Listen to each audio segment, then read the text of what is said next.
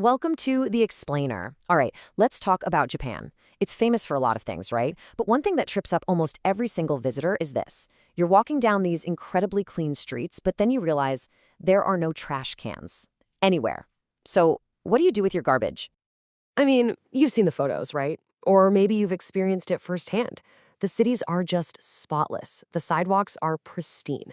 But then you finish that bottle of water or the wrapper from a snack, and you have that sudden moment of panic. You're just stuck with it. Where did all the trash cans actually go? Okay, let's get into it. Japan's clean streets mystery. We're going to break down this paradox. How does a place stay so clean with no bins everywhere? It sounds impossible, but believe me, there's a whole system behind it. It's such a weird feeling, right? You've got this tale of two realities. On one side, you have these absolutely stunning, clean cityscapes. And on the other, this kind of confusing, almost stressful feeling of having nowhere to put your trash. And here's the big reveal, the thing you have to understand. This isn't an accident, it's a system. This lack of bins, these rules that seem like a hassle, they are the exact reason Japan stays so clean. It's all by design.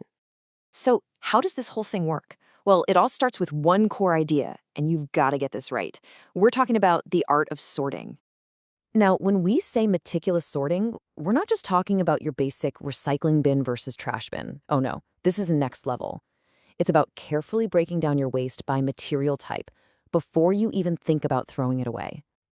Look, as a tourist, you don't need to become an expert overnight. You're really only going to run into four main categories. You've got burnable, non-burnable, PET bottles, and then cans and other bottles. Let's break them down. Okay, so take a look at this. This is where you really see how specific it gets. Burnable is easy enough, right? Paper scraps, chopsticks. But check this out. Plastics might be a wrapper or a bottle cap, but PET bottles, that is only the plastic bottle itself. Yeah, you heard that right. You literally have to take the cap off and sort it separately. That's the level of detail we're talking about. Okay, I know what you're thinking. How am I going to remember all this? But don't worry. Your best friend in this whole process? It's the illustrations right on the bins. They almost always have little pictures or symbols that show you exactly what to do. So you just have to look. All right, so now you know how to sort your trash. But that leads to the million-dollar question, where do you actually find a trash can? So, you're out and about and you can't find a bin anywhere. Your number one ally, your savior, is gonna be the convenience store, or what everyone in Japan calls a konbini. Seriously, think of these places as little oases in a trash desert. But, and this is a big but, there's some etiquette here. You can't just walk in and dump a bag of trash. These bins are really for customers. So the polite, considerate thing to do? Just buy a drink or a small snack. It shows you respect the service they're providing. Okay, what if it's just an empty bottle? Well, look around you. You're probably standing next to a vending machine, and right beside it, you'll find your savior for empty drinks. But, and you knew there was a but, this bin has its own very, very strict rules.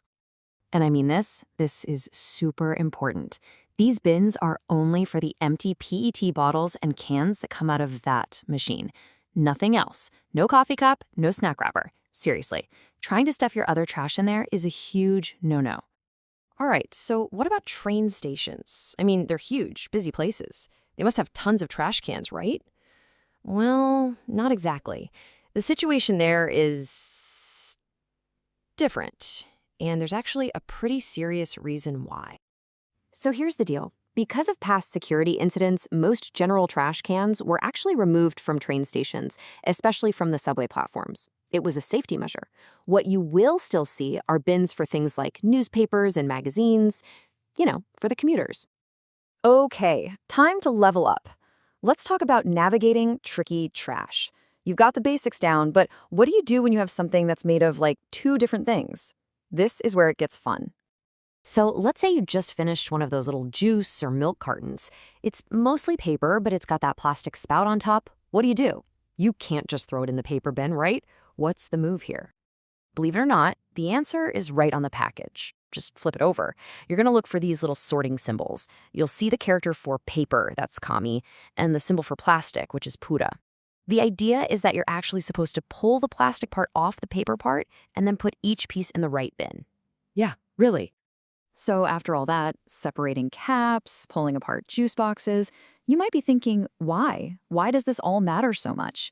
Well, let's talk about that, because the answer is a huge yes. And this quote from our source material really says it all. While Japan's sparkling streets may leave a deep impression on you, they attained that level of cleanliness because of Japanese garbage sorting rules. It's a direct cause and effect.